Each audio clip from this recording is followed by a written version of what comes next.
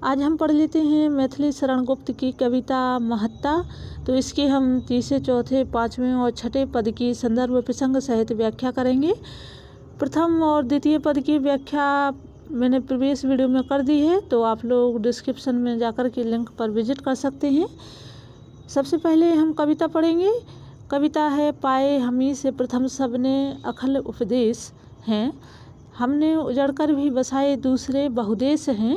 यद्यपि महाभारत समर था मरण भारत के लिए, यूनान जैसे देश फिर भी सभ्य हमने कर दिए। तो यहाँ पर अखिल का मतलब होता है संपूर्ण, समर यानी कि जो महाभारत समर, महाभारत का युद्ध था, तो समर का मतलब होता है युद्ध।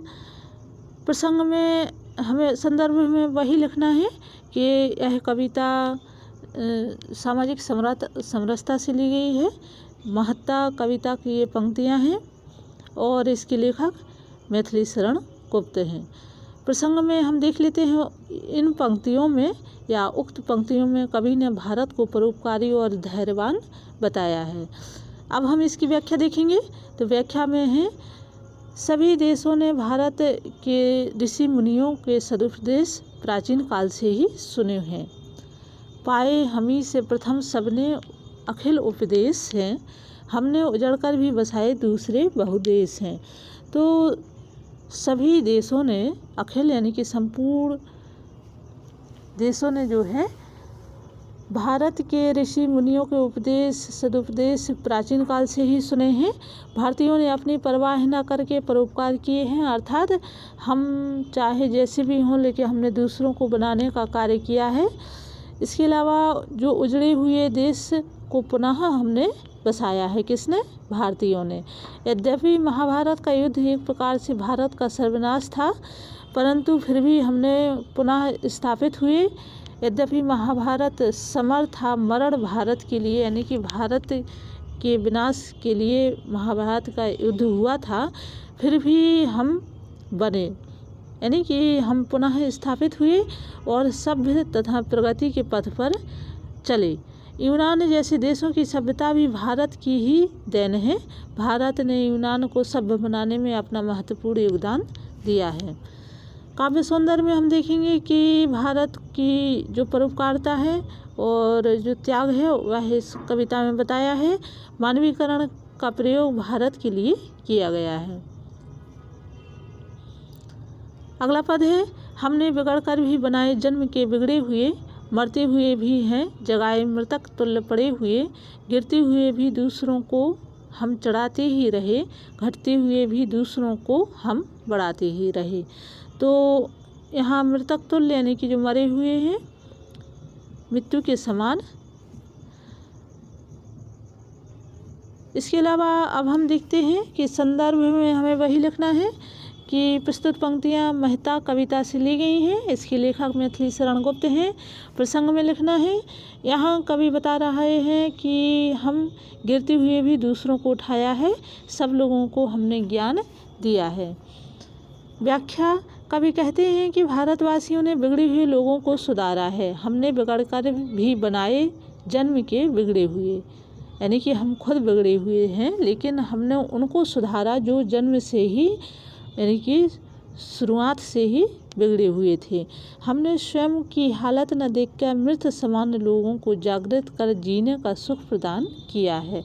मरते हुए भी हैं जगाए मृतक तुल्य पड़े हुए, गिरते हुए भी दूसरों को हम चढ़ाते ही रहे, घटते हुए भी दूसरों को हम बढ़ाते ही रहे। कवि कह रहे हैं कि जो गिरते हुए, जो नीचे थे, जो पिछड़े थे, उनको भी हमने आगे बढ़ाने का कार्य किया है, दूसरों को हम चढ़ाते ही रहे, यानी कि हम चाहे पिछड़ें गिरें लेकिन हमने सबको सहारा देने का, आगे बढ़ाने का कार्य किया है। घटते हुए भी दूसरों को हम बढ़ाते ही रहे। तो कवि कह रहे हैं कि जो स्वयं पीछे थे, जो कम हो रहे थे, घट रहे थे, उनको हमने आगे बढ़ाने का कार्य किया है। इस पंक्ति में विरोधाभास अलंकार का प्रयोग किया गया है और दूसरों का भला करने की भावना दिखाई देती है। अब हम तीसरा पद पढ़ लेते हैं। तो अगला है, मतलब इसका जो तीसरा है वैसे 5वां है। कल जो हमारी सभ्यता पर थे हंसे अज्ञान से, वे आज लज्जित हो रहे हैं अधिक अनुसंधान से। जो आज प्रेमी हैं हमारे भक्त कल होंगे वही, जो आज व्यर्थ विरक्त हैं अनुरक्त होंगे कल वही। तो यहाँ पर अज्ञानी की, जिनको ज्ञान नहीं है या जानकारी के अभाव है, अनुसंधान यानी कि खोज, और विरक्त यानी कि जो आज व्यर्थ विरक्त हैं यानी कि जो खाली हैं, जिनके अंदर कोई भाव नहीं है, अनुरक्त यानी कि वो कल ही हमारे जो हैं भक्त हो जाएंगे। संदर्भ में हमें वही लिखना है कि प्रस्तुत पंक्तियाँ महत्ता कविता से ली गई हैं और इसके लेखक मैथिली शरण गुप्त हैं। प्रसंग में लिखना है यहाँ यहाँ कवि ने भारतवासियों की उदारता का वर्णन किया है। अब हम देखते हैं इसकी व्याख्या। तो अतीत में जो लोग हमारी सभ्यता पर हंसते थे, वे ही लोग आज हमारे अनुसंधानों खोजों को देखकर के लज्जित हो रहे हैं। कल जो हमारी सभ्यता पर थे हंसे अज्ञान से, आज वे लज्जित हो रहे हैं अधिक अनुसंधान से। यानी कि हमारी जो अधिक अनुसंधान है, खोज है, जो प्रगति है, उसको देख कर के क्या हो रही, उन्हें शर्म आ रही है, उन्हें लज्जा आ रही है। जो कल तक हमारी सभ्यता पर, हमारी संस्कृति पर, हमारे रहन सहन पर हंस रहे थे, किस वजह से कि उन्हें ज्ञान नहीं था और इसकी जानकारी नहीं थी। जो आज प्रेमी हैं हमारे भक्त कल होंगे वही, जो आज व्यर्थ विरक्त हैं अनुरक्त कल होंगे वही। कवि कह रहे हैं कि जो आज हमारे मित्र हैं वे भविष्य में हमारी प्रगति को देखकर हमारे भक्त बन जाएंगे। आज जो लोग व्यर्थ का समझकर विरक्त हैं वे भविष्य में हमसे प्रेम करने लगेंगे। अनुरक्त यानी कि जो हमारे क्रियाकलाप हैं उसके क्या हो जाएंगे, कायल हो जाएंगे, उस पे मोहित हो जाएंगे। तो ऐसा कवि ने कविता के माध्यम से बताया है।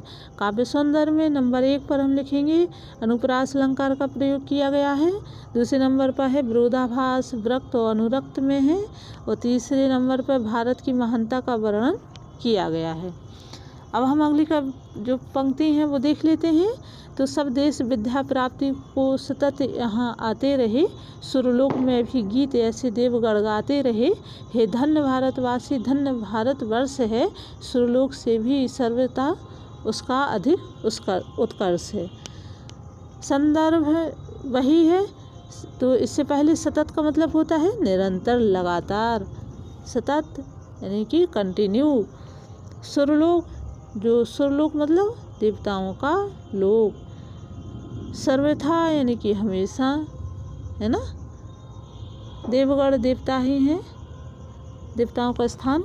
संदर्भ में क्या लिखेंगे, प्रस्तुत पंक्तियाँ महत्ता कविता से ली गई हैं। इसके लेखक राष्ट्र कवि मैथिली शरण गुप्त हैं। और प्रसंग में इन पंक्तियों में कवि ने भारत की महानता के कारण भारतवासियों को और भारत को धन्य कहा है। ये हमें प्रसंग में लिखना है। व्याख्या में हम क्या देखेंगे, सभी देशों के लोग विद्या प्राप्त करने के लिए भारत हमेशा आते रहे। सब देश विद्या प्राप्ति को सतत यहाँ आते रहे, यानी कि विश्व के जितने भी देश हैं तो वो विद्या वो पढ़ने के लिए कहाँ आते थे, भारत में आते थे, लगातार आते रहे।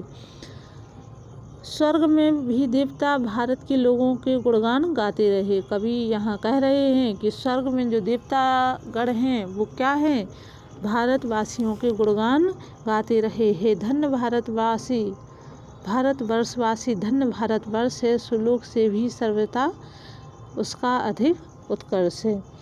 भारतवासी और भारतवर्ष दोनों ही अपनी विद्या और उत्कर्ष के लिए धन्य हैं। भारत का अभ्युदय स्वर्ग से भी अधिक है। कहने का तात्पर्य है कि भारत स्वर्ग से भी अधिक उन्नतिशील है। यहाँ कवि ने जो है ये तुलना की है भारत की कि कैसे अच्छा है, स्वर्ग से भी अच्छा है। भारत का अभ्युदय, भारत का जो आने वाला भविष्य है वो स्वर्ग से भी अच्छा है। और कहने का तात्पर्य है कि भारत अधिक उन्नतिशील और प्रगति की राह पर चल रहा है। तो इसकी व्याख्या हो गई। अब हम काव्य सुंदर देखेंगे। तो काव्य सुंदर में भारत की समता स्वर्ग के समान की गई है, उसका उत्कर्ष को उजागर किया गया है। यानी कि उसकी उत्कर्ष मतलब उसकी उन्नति, प्रगति, आगे बढ़ने की जो प्रकृति है उसको यहाँ बताया गया है। और दूसरे नंबर पर हम क्या लिखेंगे, इसमें कौन सा अलंकार दिया है, अनुप्रास अलंकार का प्रयोग किया गया है। तो ये अपने इस जो कविता है महत्ता कविता की, तो इसकी सभी पदों की हमने व्याख्या कर चुके हैं और आप लोग इसको 2-4 बार सुनेंगे तो उतने में ही आपको याद हो जाएगा। अब आगे आने वाले वीडियो में आपको जितने भी प्रश्नोत्तर हैं तो इन सभी की एक ही वीडियो में प्रश्नोत्तर दे दिए जाएंगे। कक्षा 12 की परीक्षा की दृष्टि से बहुत ही महत्वपूर्ण है और वैसे भी आप लोगों के अभी स्कूल नहीं लग रहे हैं और क्लासें लगना इस साल शायद मुश्किल ही है। तो घर पर पढ़िए और कमेंट में ज़रूर लिखिए कि क्या आपको किस प्रकार से अपनी कक्षा से संबंधित और जानकारी चाहिए, तो मैं आपको देने की कोशिश करूंगी। उम्मीद है आपको वीडियो अच्छा लगा होगा। वीडियो देखने के लिए बहुत बहुत धन्यवाद। और अभी तक चैनल यदि लाइक या सब्सक्राइब नहीं किया है तो चैनल सब्सक्राइब कर लीजिए, बेल आइकन दबा दीजिए, जिससे हिंदी साहित्य की संपूर्ण जानकारी आपको एक ही चैनल पर मिलती रहे। हम फिर मिलते हैं नई वीडियो नई जानकारी के साथ। तब तक अपना ध्यान रखिए, पढ़ाई अच्छे से करिए। धन्यवाद।